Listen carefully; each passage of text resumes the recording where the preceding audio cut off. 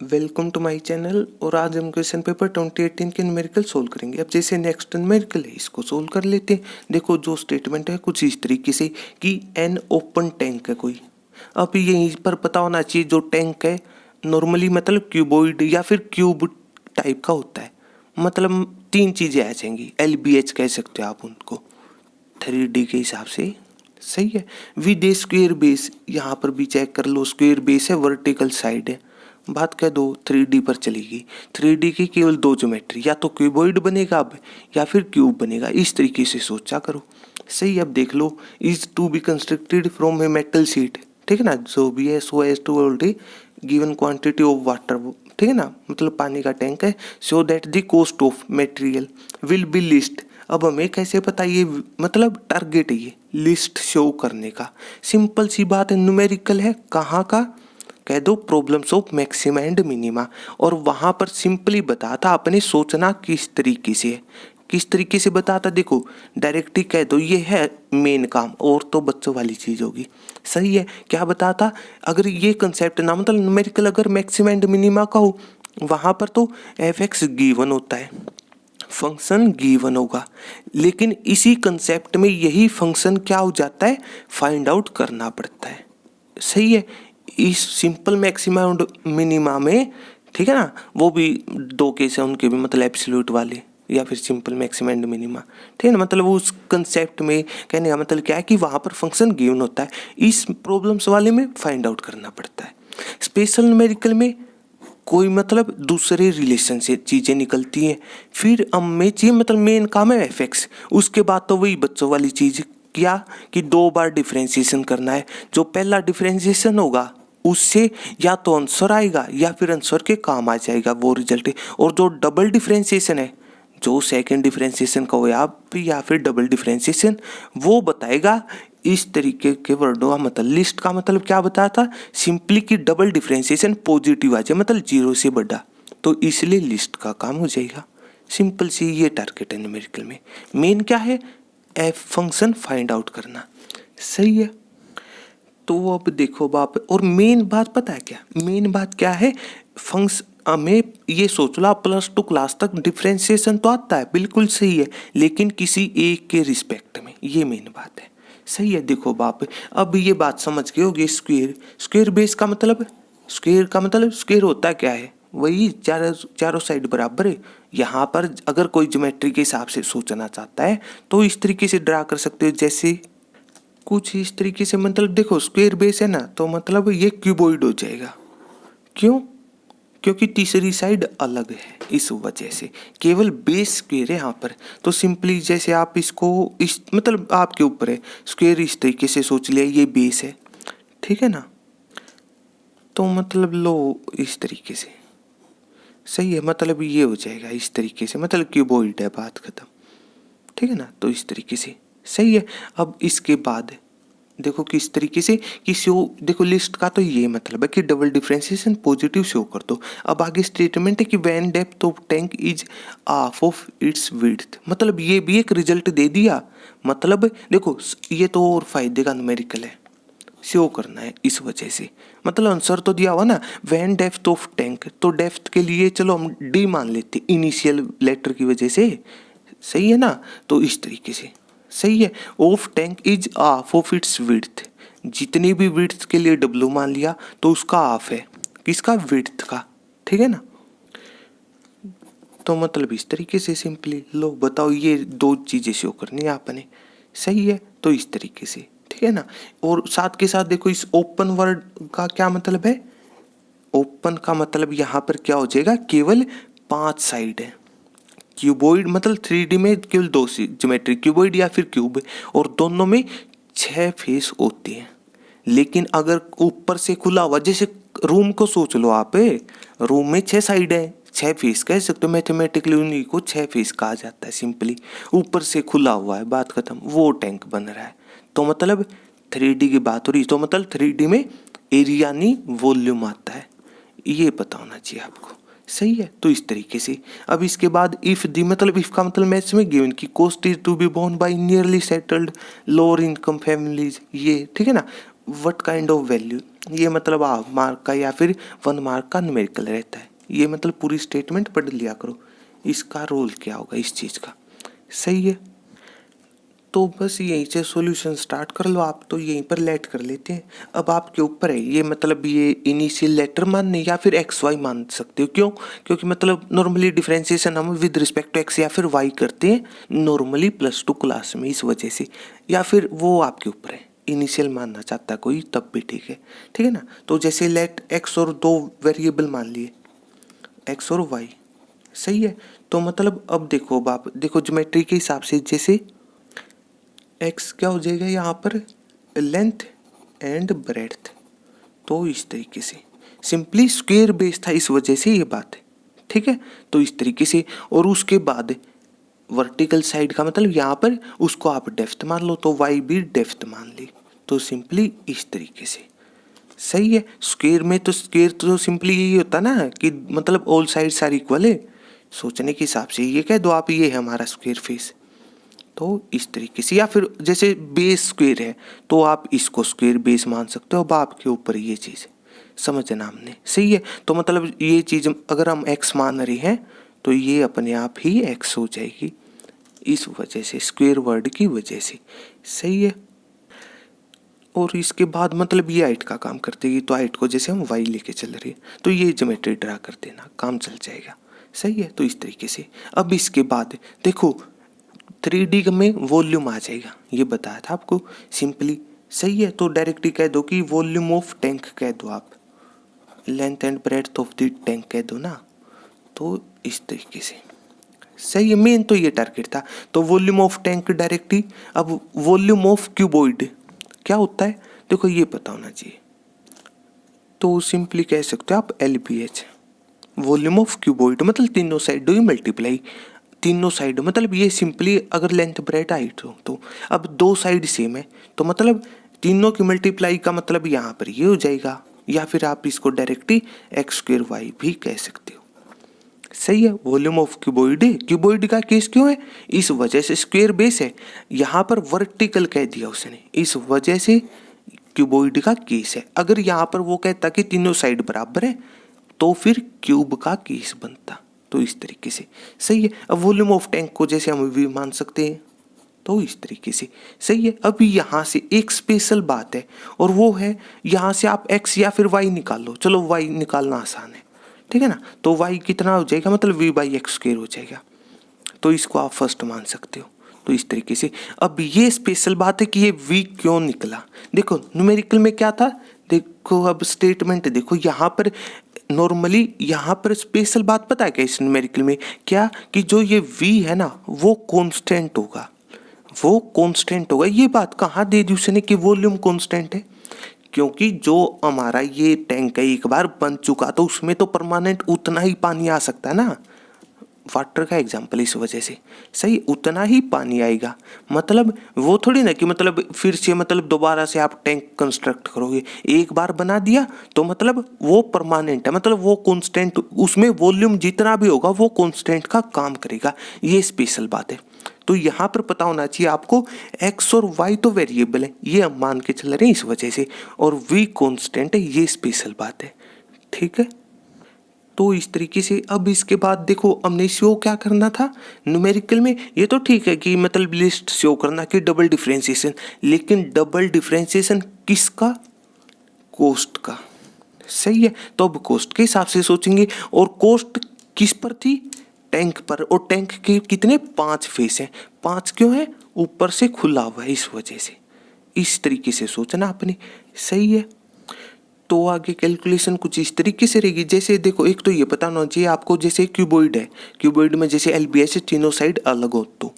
सही है, तो इस तरीके से। हाँ, क्यूबॉइड भी 2 तरीके का होता है, एक तो कि तीनों अलग हो या फिर 2 अलग हो, 2 साइड अलग हो। जैसे वो केस ये है कि 2 साइड अलग हो।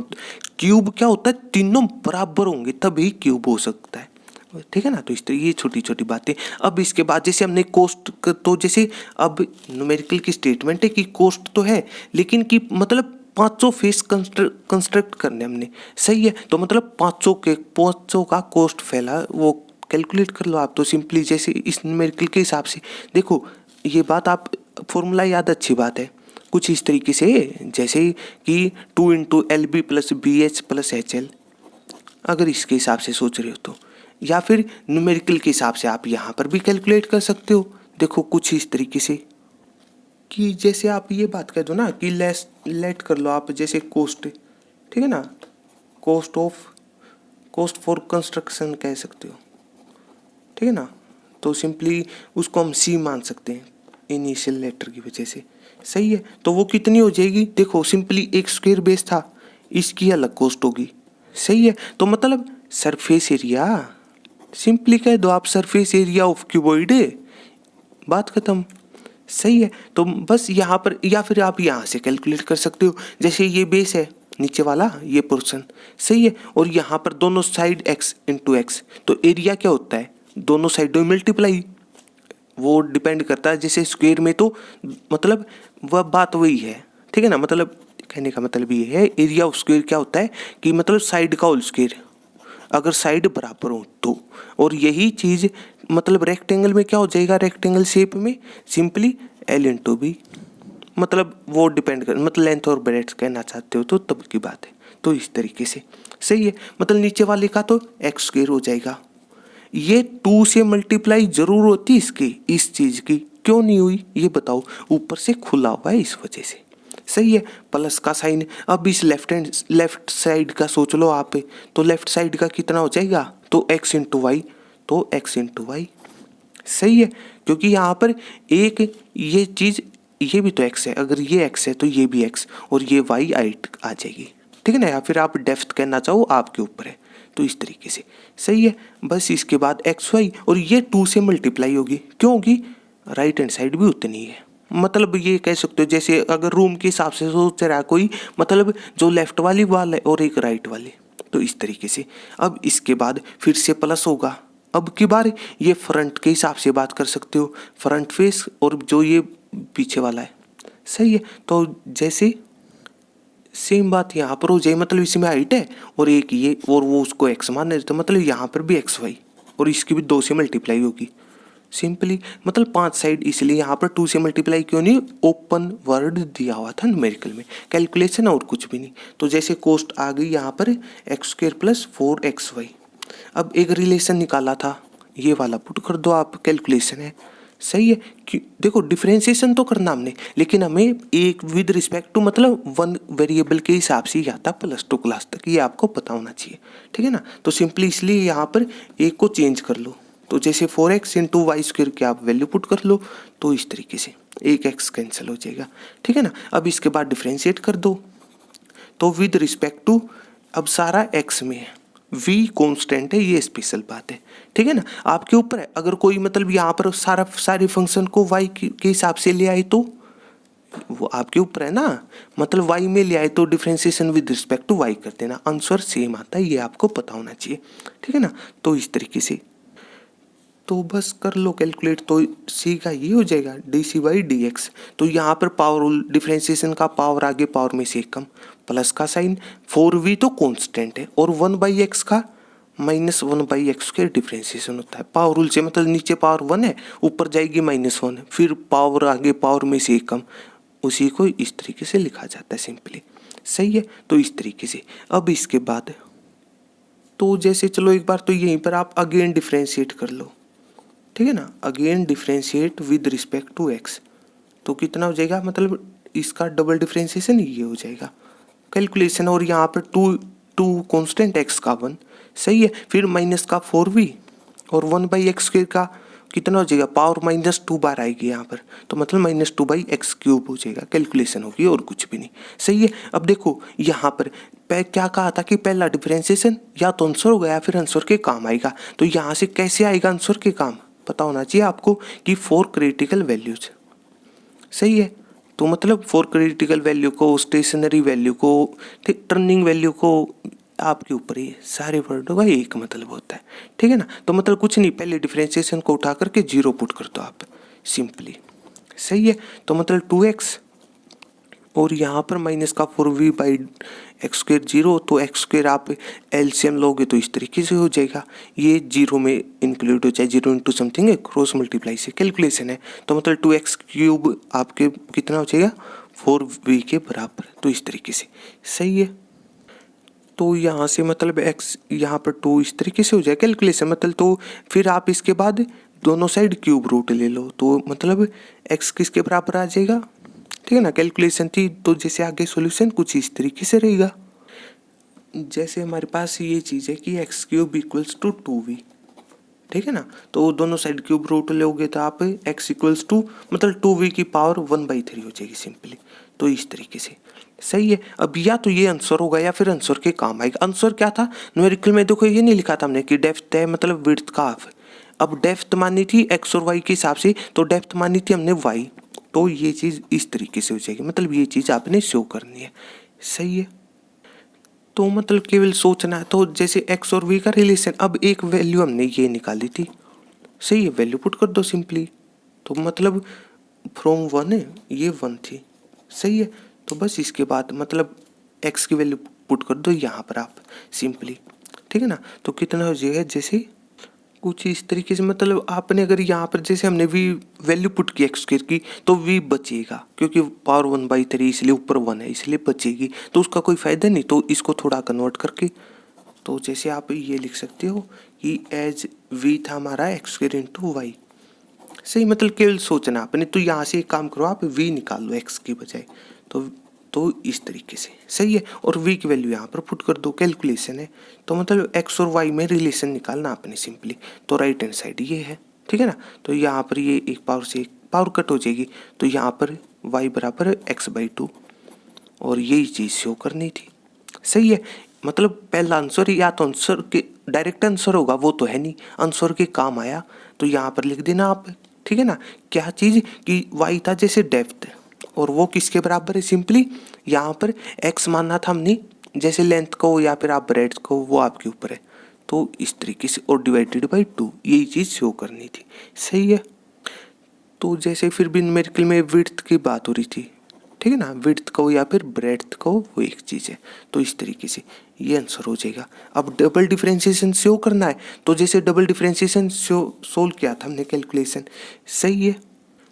तो जैसे कहने का मतलब है कुछ इस तरीके, मतलब जो भी वैल्यू आई थी, तो 2 - 4v, तो कैलकुलेट कर लो आप, तो जैसे यहाँ पर ठीक है ना, तो -2 इंटू यहाँ पर, तो 2 प्लस का 8v बाई x³, तो जैसे डबल डिफरेंशिएशन है 2 + 8v बाई x³, तो जैसे आपके ऊपर है, जैसे अगर ये आंसर शो करो फिर उसको डिफरेंशिएट करना चाहते हो तो उसको सेकंड इक्वेशन मान लेना, आपके ऊपर है, या फिर दोनों को साथ में डिफरेंशिएट कर सकते हो कैलकुलेशन, ठीक है ना, तो इस तरीके से सही है।